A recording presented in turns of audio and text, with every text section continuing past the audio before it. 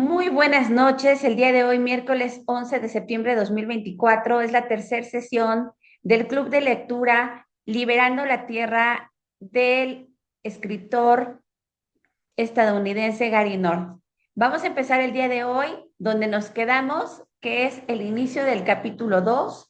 Le doy la más cordial bienvenida a quienes se han conectado a esta reunión de Zoom y con quien voy a estar alternando la lectura el día de hoy, Leslie Rivera de Valiente desde Guatemala. Comienzo. Capítulo 2. El Dios de la liberación. Y habló Dios todas estas palabras diciendo: Yo soy Jehová tu Dios que te saqué de la tierra de Egipto, de casa de servidumbre. No tendrás dioses ajenos delante de mí. Éxodo 20 del 1 al 3. Dios se manifestó en el monte Sinaí. Era él quien había irrumpido en la historia para liberar a su pueblo de la esclavitud. Este Dios es el amo de la historia. Faraón, el dios falso de Egipto, no sobrevivió a su confrontación con el Dios de la Biblia, así como no hubo ningún Dios en Egipto capaz de detener su liberación. El pueblo de Dios debe reconocer, debe recordar, no invocar jamás a ningún otro Dios en su adoración. He aquí un punto de conflicto fundamental entre el cristianismo y el marxismo. El marxista no cree en Dios. Marx sostuvo que la idea de Dios proviene de la mente humana y que este concepto de Dios resulta del modo de producción en uso en cada etapa de la historia. Así que según Marx, un Dios que interviene activamente en la historia para liberar a su pueblo es un mito. Ese también fue el punto de vista de Faraón. ¿Quién es Jehová para que yo oiga su voz y deje ir a Israel? Yo no conozco a Jehová, ni tampoco dejaré ir a Israel. Éxodo 5:2. Vemos una declaración de este punto de vista en el Manifiesto Comunista 2, 1973, traducción del autor. Así que no podemos descubrir ningún propósito ni providencia divina para la especie humana. Si bien hay mucho que no sabemos, los humanos son la causa por lo que somos o lo que seremos. Ninguna deidad nos salvará. Tenemos que salvarnos a nosotros mismos. Los teólogos marxistas de la liberación hacen referencia constantemente al Éxodo en sus escritos. Ellos declaran que más que todos los libros de la Biblia, es Éxodo el que da a los cristianos radicales el derecho a la revolución sangrienta. El éxodo de Israel de Egipto es el modelo principal de la versión marxista de la teología de la liberación. No hay duda de que el éxodo proporciona un modelo para la liberación. El faraón era un tirano que adoraba a dioses paganos. De hecho, la teología egipcia afirmaba que el faraón era un dios, el eslabón entre el cielo y la tierra. Por lo tanto, la teología egipcia era en el fondo humanista. Dios no tolera el humanismo. Dios destruyó al faraón y a sus tropas en el Mar Rojo. Adelante, Leslie. No fue la revolución, sino Dios quien liberó a Israel. Hay un aspecto muy importante en la historia del Éxodo que los teólogos de la liberación nunca parecen mencionar. Los israelitas nunca fueron mandados por Dios a emprender una rebelión armada contra sus captores. Dios intervino para librarlos, aún contra la voluntad de sus gobernantes transigentes. Éxodo 5:20 al 21. Dios derribó a Egipto en medio de su gloria, pero los egipcios rogaron a los israelitas que salieran de Egipto ofreciéndoles joyas y oro como incentivo. Éxodo 12 del 35 al 36. Como gente de mentalidad esclavista, los israelitas preferían permanecer en la esclavitud de Egipto en vez de ejercer el dominio bajo Dios. Es por eso que repetidamente le dijeron a Moisés que querían volver a Egipto. Números 11, 5, 18 y 20. El mensaje completo del libro de Éxodo es que Dios libera a su pueblo de la esclavitud, aun cuando ellos están en rebelión parcial contra Él. Cuando ellos viven dedicados a obedecerlo, Él no los entrega a esclavitud en primer lugar. Bajo tales circunstancias, ellos subyugan los enemigos de Dios. Deuteronomio 28 del 1 al 14. Así que en ninguna manera el libro de Éxodo puede ser usado legítimamente como justificación de la revolución armada. Es cierto que Dios levantará a naciones o grupos malvados que odian a Dios para realizar revoluciones sangrientas contra los egipcios de este mundo. Es posible que Dios esté usando a los comunistas para despedazar a los sistemas paganos que buscan el poder político del mundo como preparación para el triunfo del Evangelio. Pero esto no significa que los cristianos deben de ayudar a tales grupos revolucionarios o favorecerlos o hacer cualquier cosa, sino desafiarlos. Cuando los cristianos se unen a los comunistas en contra de un gobierno civil legítimo, se lanzan de la sartén para caer en el fuego. Los déspotas tambaleantes y sedientos de poder de este mundo generalmente se contentan con permitir a los cristianos el hacer su trabajo en paz, mientras ellos puedan seguir obteniendo sus riquezas, extorsionadas por un tiempo más. No son asesinos sistemáticos, tampoco son ateos enemigos de Dios y que intentan suprimir la iglesia. Ellos son solo criminales que por un tiempo están en el poder. Ellos son el juicio mínimo de Dios sobre un pueblo rebelde. Pero deje usted entrar a los comunistas y obtendrá una tiranía científica, una persecución consciente de los justos.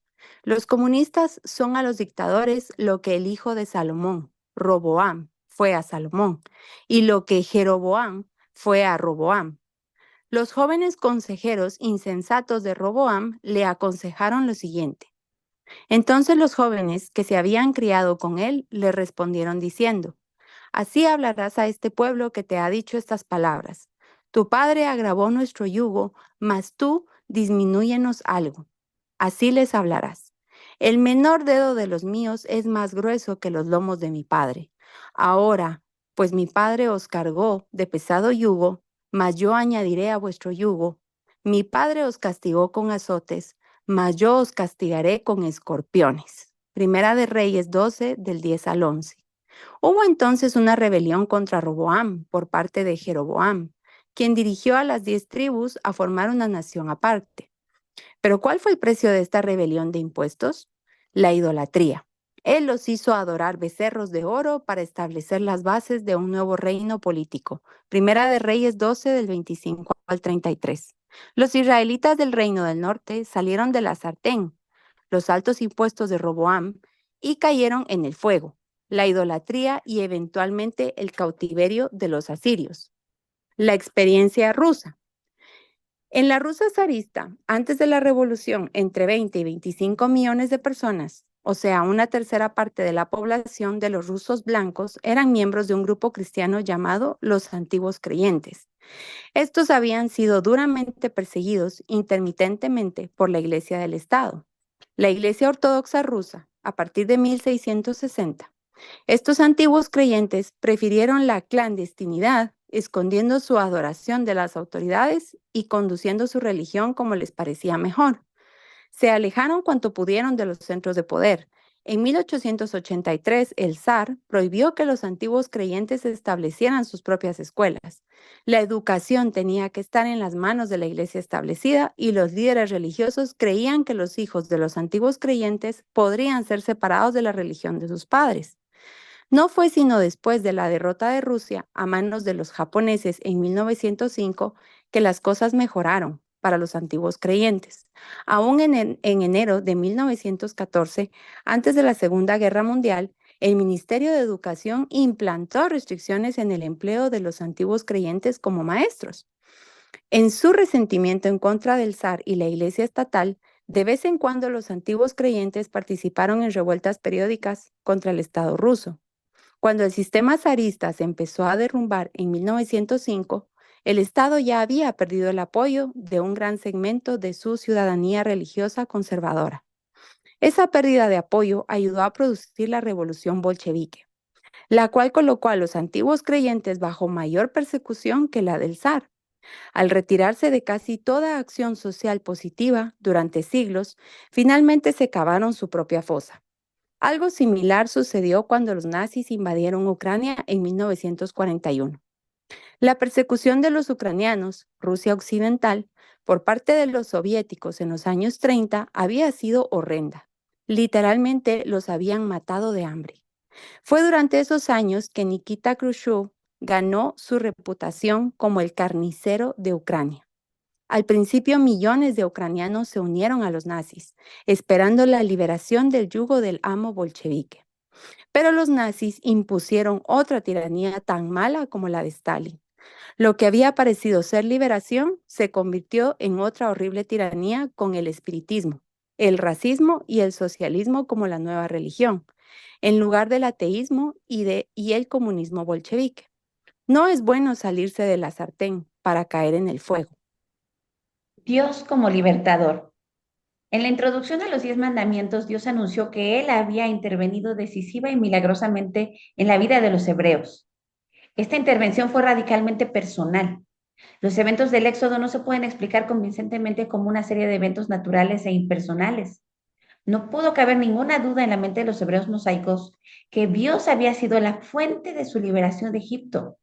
Ciertamente no había ninguna duda en la mente de la gente de la ciudad cananea de Jericó, como Rahab se le informó a los espías una generación más tarde. Josué 2 del 10 al 11. Al identificarse como la fuente de su liberación, Dios declara su total soberanía sobre ellos.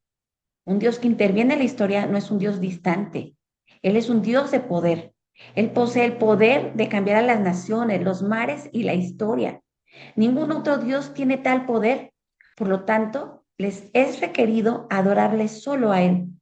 Él es también su rey. Los reyes orientales del segundo milenio antes de Cristo usaban una fórmula para anunciar su soberanía similar a la usada por Dios en la introducción a los 10 mandamientos y cuando anunció a Moisés su nombre. Éxodo 6:2. Aunque los nombres de los reyes eran bien conocidos, los anunciaban como introducción a su proclamación. Entonces se acostumbraba a relatar sus principales obras. El comentarista judío Casuto resume así el pronunciamiento de Dios. Yo, el que habla, soy llamado Yahweh y soy vuestro Dios específicamente.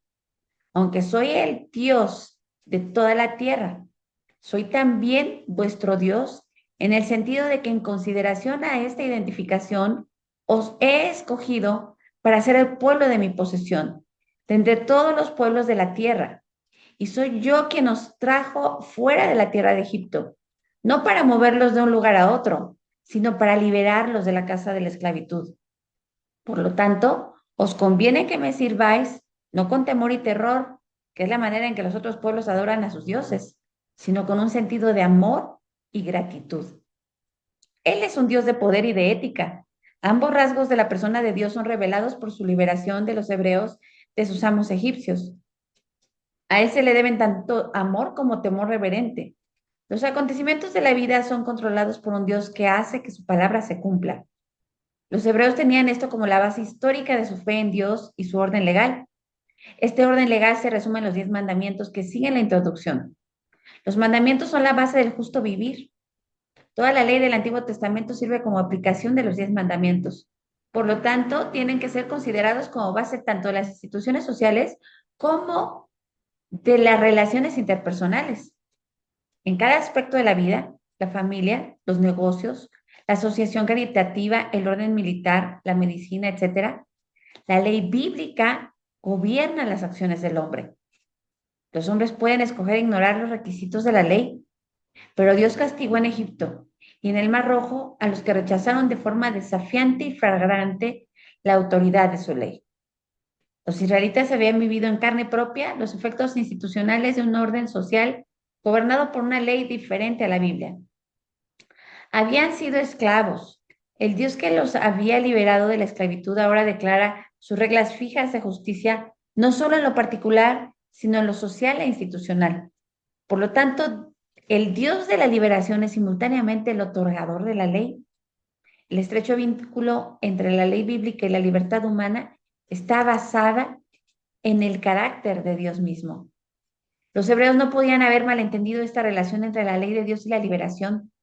Dios se identifica como el libertador de Israel y luego hace un resumen de la estructura legal que Él requiere como patrón de toda la acción humana. El Dios de la historia es el Dios de la ética. No puede haber ética bíblica fuera de un patrón supremo y este patrón se aplica completamente a la historia, ya que el Dios de la historia lo ha establecido. La ética tiene que ser fija e históricamente aplicable. El que sea fija no debe comprometer la aplicabilidad de la ley en la historia y las circunstancias históricas no deben hacer relativo al patrón universal. La tensión dialéctica entre la ley y la historia que sabotea toda filosofía social no bíblica es superada por Dios, quien es el protector tanto de su ley como del orden social que se rige por ella.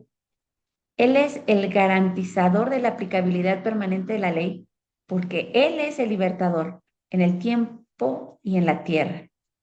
Los profetas de Israel anunciaron repetidamente sus detalladas diatribas contra Israel de Judá, recordándoles primero que el Dios en cuyo nombre ellos se presentaban ante la nación era el mismo Dios que los había liberado de Egipto. Isaías 43:3, Jeremías 2:6, Oseas 13:4. Hecha esa identificación, pasaban a catalogar los pecados de la nación, pecados prohibidos por la ley bíblica. Ezequiel escribió, citando a Levítico 18:5, los saqué de la tierra de Egipto y los traje al desierto y les di mis estatutos y les hice conocer mis secretos, por los cuales el hombre que los cumpliere vivirá. Ezequiel 20 del 10 al 11. La versión Biblia de las Américas traduce esta cláusula final. Si un hombre los observa, él vivirá. En otras palabras, la base misma de la vida es la ley de Dios. Si el hombre vive según esta ley, los profetas enumeraban entonces los pecados de la nación que acarreaban inevitablemente muerte y destrucción. Adelante, Leslie. La ley bíblica. ¿Pueden legítimamente confiar los hombres en la ley de Dios en cada área de la vida? Sí. ¿En qué se basa esta confianza? En que el mismo Dios que libertó a Israel de los egipcios estableció también leyes para cada área de la vida. Esto significa que la base de estas leyes no es el hombre, ni la casualidad, ni los ciclos históricos, ni las fuerzas impersonales de la historia, sino la providencia sustentadora de Dios. El que garantiza la confiabilidad de la ley es un ser que rescata a su pueblo de manos de los que desafían su ley.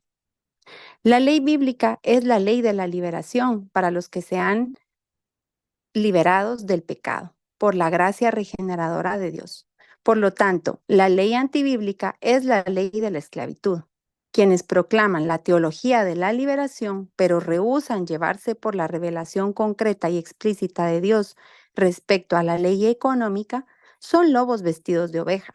Si proclaman alguna variación del marxismo, del socialismo, del intervencionismo o de otro sistema económico que deifica al Estado, son el equivalente de los egipcios.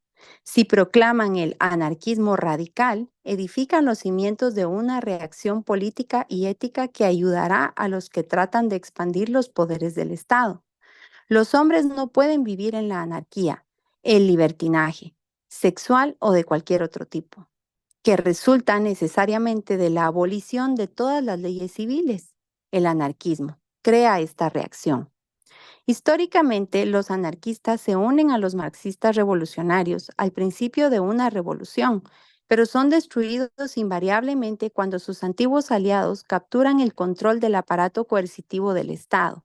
Marx y el anarquista Miguel Bakunin cooperaron inicialmente al fundar la Primera Internacional, la Asociación Internacional de Trabajadores, la Organización Revolucionario Comunista Internacional original, pero luego se separaron. Posteriormente, Marx y Engels destruyeron la organización al final de los años 1870, al transferir su sede a la ciudad de Nueva York.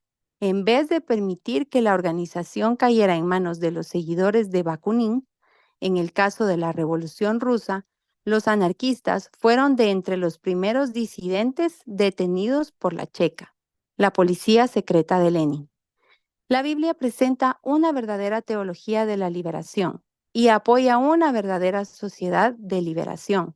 Los detalles de este sistema político y social se encuentran en la ley de Dios, la llamada teología de la liberación.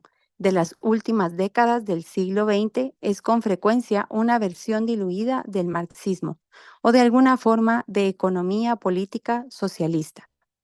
Los que se autodenominan teólogos de la liberación apelan al precedente histórico del Éxodo, pero hacen poca referencia a las muchas leyes de precedentes del Antiguo Testamento, donde se aplican los 10 mandamientos.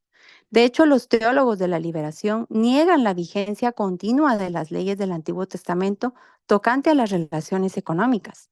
Solo las leyes que parecen extender el poder económico del Estado, y hay muy pocas de estas en la Biblia, son citadas por ellos.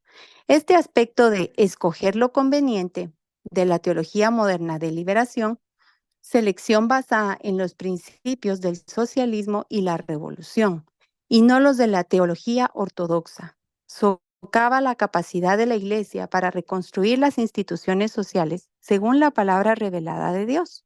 por qué se ha mantenido calladas tanto tiempo las iglesias que proclaman la Biblia. ¿Por qué han permitido que los marxistas se roben la idea de liberación y transformación social? Una razón importante es que las iglesias no han estado de acuerdo sobre la necesidad de ofrecer alternativas concretas al humanismo. Muchas iglesias prefieren esconderse en las sombras de la historia hasta que Jesús venga otra vez físicamente para liberar a su pueblo de la esclavitud. No creen que Dios nos ha dado la autoridad y los instrumentos para liberar al mundo de la esclavitud en su nombre. Antes de que Él regrese corporalmente, yo llamo a este tipo de cristianismo la religión escapista. Vea el capítulo 3. Resumen. La liberación y la ley de Dios van juntas. Al anunciar a su pueblo que Él es el Dios que los libertó de Egipto, seguido por la presentación de sus 10 mandamientos, manifiesta la conexión ineludible entre la libertad y la ley bíblica. Abandonar la fe en la fiabilidad de la ley de Dios es abandonar la fe en lo que la Biblia proclama como la única base de la liberación, es decir, la liberación bajo el poder soberano de Dios, quien sostiene el universo y llama a todos los hombres a atenerse a sus patrones éticos en cada área de la vida, en el tiempo y la tierra. En resumen, 1. Los teólogos marxistas de la liberación apelan impropiamente al ejemplo de Éxodo. 2. Los israelitas no adoptaron las tácticas de una revolución armada contra los egipcios. 3. Los cristianos no deben trabajar con ni apoyar a los movimientos revolucionarios marxistas y humanistas. 4. El Dios que libera es el Dios que controla la historia. 5. Este Dios es el Dios del poder y la ética. 6. Dios ha dado a su pueblo su ley para liberarlos del pecado en cada área de la vida. 7. Dios ha dado a su pueblo su ley para capacitarlos para ejercer el dominio en cada área de la vida. 8. Las leyes de Dios son las leyes de la vida para los redimidos. 9. La ley bíblica es la ley de liberación para la gente libre del pecado. 10. Todo lo que va en contra de la ley de Dios resulta en esclavitud. 11. Muchas iglesias no han predicado esta verdad. 13. Los marxistas y los humanistas han robado el lenguaje y la visión de la Biblia. Aquí queda el segundo capítulo de este maravilloso libro, Liberando la Tierra. La próxima sesión del día sábado 14 de septiembre tocará el capítulo 3. Ya veremos si confirman lectores porque ya comienzan las fiestas patrias en México, pero vamos a abrir el diálogo que es parte de un club de lectura, que podamos compartir nuestros aprendizajes. Este capítulo 2, al igual que en 1, tiene muchísimo contenido muy relevante. Es como para poder ir subrayando las ideas principales con lo que nos quedamos, pero algo que me gusta mucho de este estilo es que cada final del capítulo nos presenta un resumen, y en este caso son 13 puntos clave del resumen. Y pues abro la posibilidad de que puedan hacer comentarios. Evelia Campas, qué gusto que estás. Lidia Sánchez, Alejandro, Magali Juárez, Cecilia, Leslie. Adelante, el tiempo es para que podamos compartirlo entre todos y cerramos con una oración de gratitud.